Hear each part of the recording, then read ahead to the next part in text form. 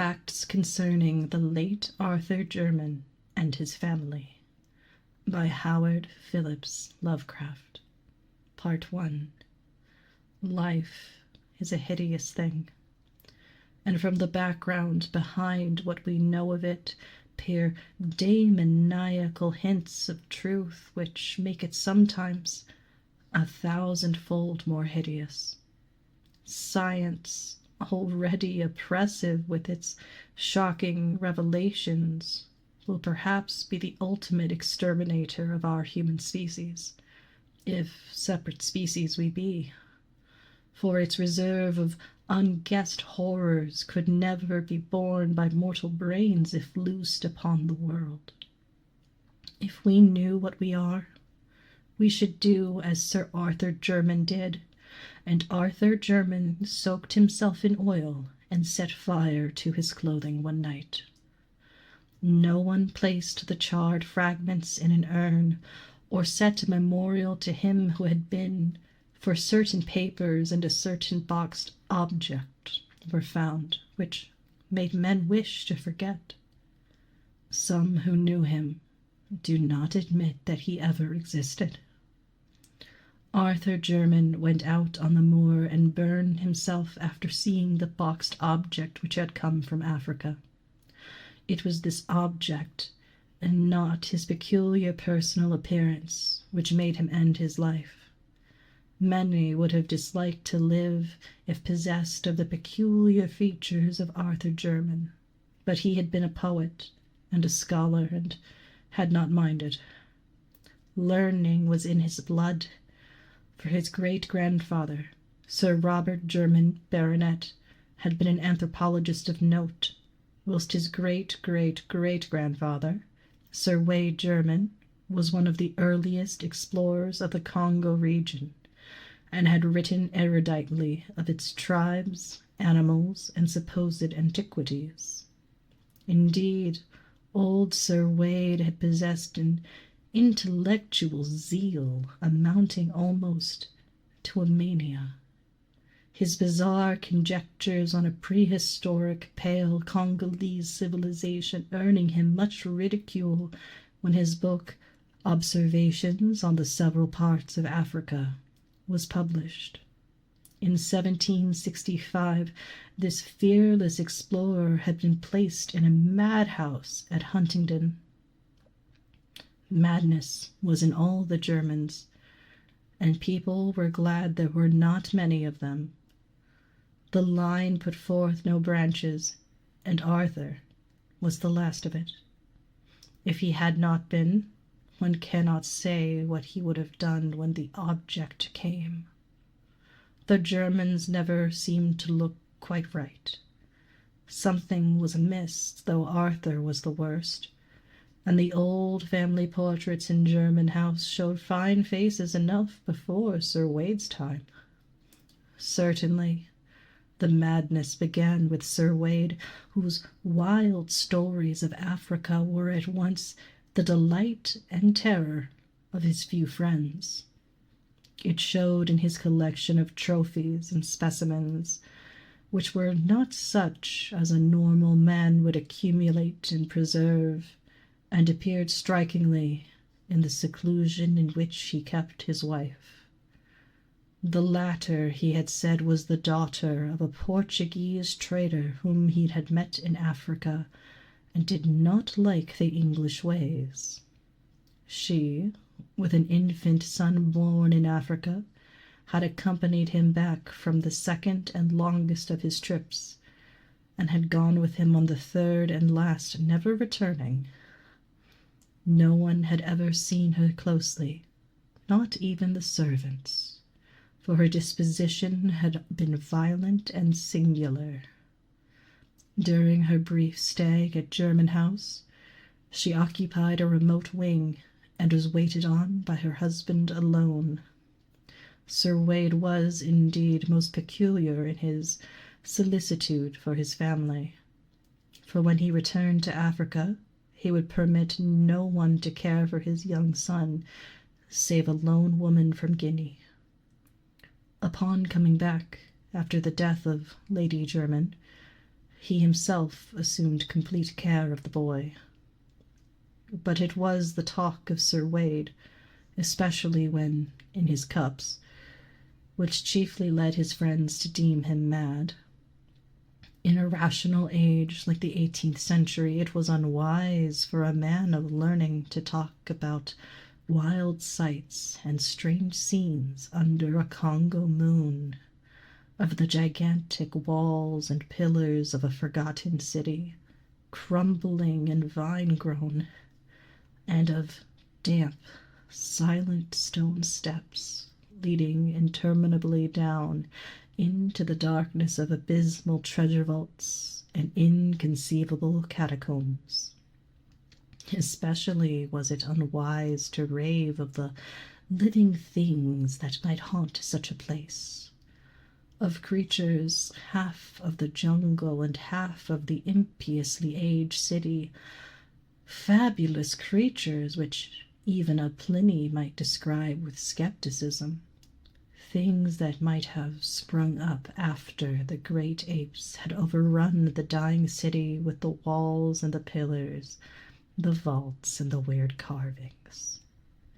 Yet, after he came home for the last time, Sir Wade would speak of such matters with a shudderingly uncanny zest, mostly after his third glass at the Knight's Head, boasting of what he had found in the jungle and of how he had dwelt among terrible ruins known only to him. And finally, he had spoken of the living things in such a manner that he was taken to the madhouse. He had shown little regret when shut into the barred room at Huntingdon, for his mind moved curiously. Ever since his son had commenced to grow out of infancy, he had liked his home less and less, till at last he had seemed to dread it. The Knight's Head had been his headquarters, and when he was confined he expressed some vague gratitude, as if for protection. 3 years later, he died. Wade Jermyn's son Philip was a highly peculiar person. Despite a strong physical resemblance to his father, his appearance and conduct were in many particulars so coarse that he was universally shunned. Though he did not inherit the madness which was feared by some, he was densely stupid, and given to brief periods of uncontrollable violence. In frame he was small but intensely powerful, and was of incredible agility. 12 years after succeeding to the title, he married the daughter of his gamekeeper, but before his son was born joined the navy as a common sailor, completing the general disgust which his habits and mésalliance had begun. After the close of the American War, he was heard of as a sailor on the merchantmen in the African trade, having a kind of reputation for feats of strength and climbing, but finally disappearing one night as his ship lay off the Congo coast. In the son of Philip Jermyn, the now accepted family peculiarity took a strange and fatal turn. Tall and fairly handsome, with a sort of weird grace despite certain slight oddities of proportion, Robert Jermyn began life as a scholar and investigator. It was he who first studied scientifically the vast collection of relics which his mad grandfather had brought from Africa, and who made the family name as celebrated in ethnology as in exploration. In 1815, Sir Robert married a daughter of the 17th Viscount Britholme, and was subsequently blessed with 3 children, the eldest and youngest of whom were never publicly seen on account of deformities in mind and body. Saddened by these family misfortunes, the scientist sought relief in work, and made 2 long expeditions in the interior of Africa. In 1849, his second son, Neville, a singularly repellent person who seemed to combine the surliness of Philip Jermyn with the hauteur of the Brightholmes, ran away with a vulgar dancer, but was pardoned among his return in the following year. He came back to Jermyn House a widower, with an infant son, Alfred, who was one day to be the father of Arthur Jermyn. Friends said that it was this series of griefs which unhinged the mind of Robert Jermyn, yet it was probably merely a bit of African folklore which caused the disaster.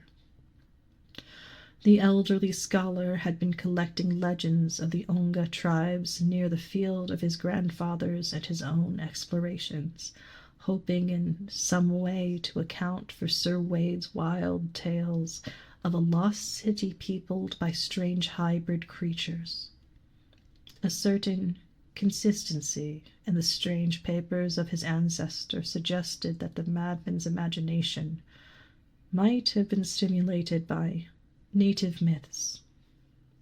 On October 19th, 1852, the explorer Samuel Seton called at Jermyn House with a manuscript of notes collected among the Ongas, believing that certain legends of a gray city of white apes ruled by a white god might prove valuable to the ethnologist. In his conversation, he probably supplied many additional details, the nature of which will never be known, since a hideous series of tragedies suddenly burst into being. When Sir Robert Jermyn emerged from his library, he left behind the strangled corpse of the explorer, and before he could be restrained, had put an end to all 3 of his children, the 2 who were never seen, and the son who had run away. Neville Jermyn died in the successful defense of his own 2-year-old son, who had apparently been included in the old man's madly murderous scheme. Sir Robert himself, after repeated attempts at suicide and a stubborn refusal to utter any articulate sound, died of apoplexy in the 2nd year of his confinement. Sir Alfred Jermyn was a baronet before his 4th birthday, but his tastes never matched his title. At 20, he had joined a band of music-hall performers, and at 36 had deserted his wife and child to travel with an itinerant American circus. His end was very revolting. Among the animals in the exhibition with which he traveled was a huge bull gorilla of lighter color than the average, a surprisingly tractable beast of much popularity with the performers. With this gorilla, Alfred Jermyn was singularly fascinated, and on many occasions the 2 would eye each other for long periods through intervening bars.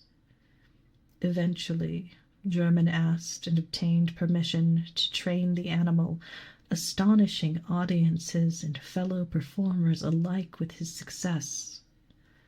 One morning in Chicago, as the gorilla and Alfred Jermyn were rehearsing an exceedingly clever boxing match, the former delivered a blow of more than usual force, hurting both the body and dignity of the amateur trainer.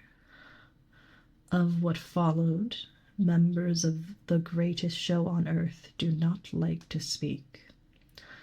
They did not expect to hear Sir Alfred Jermyn emit a shrill, inhuman scream, or to see him seize his clumsy antagonist with both hands, dash it to the floor of the cage, and bite fiendishly at its hairy throat.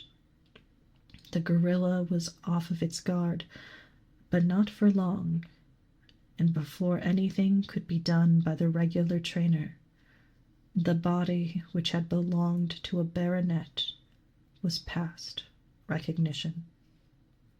Part 2. Arthur Jermyn was the son of Sir Alfred Jermyn and a music hall singer of unknown origin. When the husband and father deserted his family, the mother took the child to Jermyn House, where there was none left to object to her presence. She was not without notions of what a nobleman's dignity should be, and saw to it that her son received the best education which limited money could provide.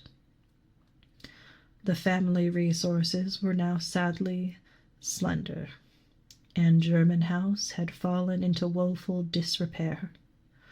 But young Arthur loved the old edifice and all its contents.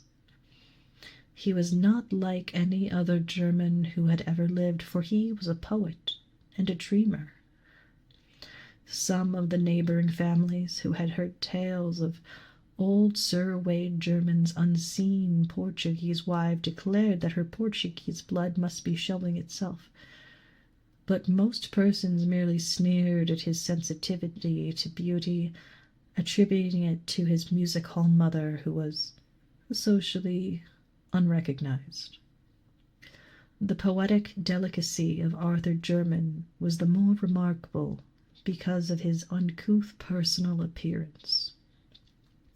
Most of the Jermyns had possessed a subtly odd and repellent cast, but Arthur's case was very striking. It is hard to say just what he resembled, but his expression, his facial angle, and the length of his arms gave a thrill of repulsion to those who met him for the first time. It was the mind and character of Arthur Jermyn which atoned for his aspect. Gifted and learned, he took highest honours at Oxford and seemed likely to redeem the intellectual fame of his family. Though of poetic rather than scientific temperament, he planned to continue the work of his forefathers in African ethnology and antiquities, utilizing the truly wonderful though strange collection of Sir Wade. With his fanciful mind, he thought often of the prehistoric civilization in which the mad explorer had so implicitly believed, and would weave tale after tale about the silent jungle city mentioned in the latter's wilder notes and paragraphs. For the nebulous utterances concerning a nameless, unsuspected race of jungle hybrids, he had a peculiar feeling of mingled terror and attraction. Speculating on the possible basis of such a fancy, and seeking to obtain light among the more recent data gleaned by his great-grandfather and Samuel Seton amongst the Ungas. In 1911, after the death of his mother, Sir Arthur Jermyn determined to pursue his investigations to the utmost extent. Selling a portion of his estate to obtain the requisite money, he outfitted an expedition and sailed for the Congo. Arranging with the Belgian authorities for a party of guides, he spent a year in the Unga and Kaliri country, finding data beyond the highest of his expectations.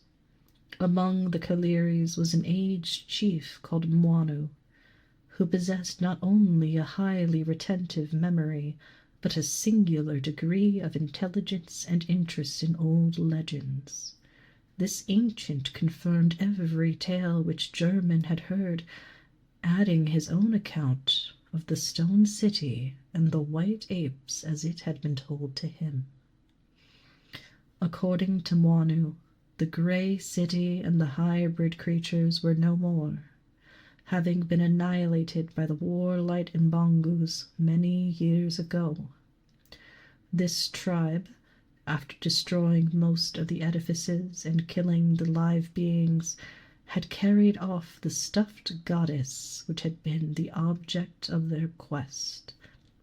The white ape goddess, which the strange beings worshipped, and which was held by Congo tradition to be the form of one who had reigned as a princess among those beings. Just what the white ape-like creatures could have been, Mwanu had no idea, but he thought that they were the builders of the ruined city. Jermyn could form no conjecture, but by close questioning obtained a very picturesque legend of the stuffed goddess. The ape princess, it was said, became the consort of a great white god who had come out of the west. For a long time they had reigned over the city together. But when they had a son, all three went away. Later, the god and the princess had returned, and upon the death of the princess her divine husband had mummified the body and enshrined it in a vast house of stone where it was worshipped. Then he had departed alone. The legend here seemed to present three variants. According to one story, nothing further happened, save that the stuffed goddess became a symbol of supremacy for whatever tribe might possess it. It was for this reason that the Mbangus carried it off. A second story told of the god's return and death at the feet of his enshrined wife. A third told of the return of the son, grown to manhood, or apehood, or godhood, as the case might be, yet unconscious of his identity. Surely the imaginative people had made the most of whatever events might lie behind the extravagant legendary. Of the reality of the jungle city described by old Sir Wade, Arthur Jermyn had no further doubt, and was hardly astonished when early in 1912 he came upon what was left of it. Its size must have been exaggerated, yet the stones lying about proved it was no mere village. Unfortunately, no carvings could be found, and the small size of the expedition prevented operations toward clearing the one visible passageway that seemed to lead down into the system of vaults which Sir Wade had mentioned. The white apes and the stuffed goddess were discussed with all the native chiefs of the region, but it remained for a European to improve on the data offered by old Mwanu. Mr. Verhauren, Belgian agent at a trading post on the Congo, believed that he could not only locate but obtain the stuffed goddess, of which she had vaguely heard, since the once mighty Mbangus were now the servants of King Albert's government, and with but little persuasion could be induced to part with the gruesome deity they had carried off.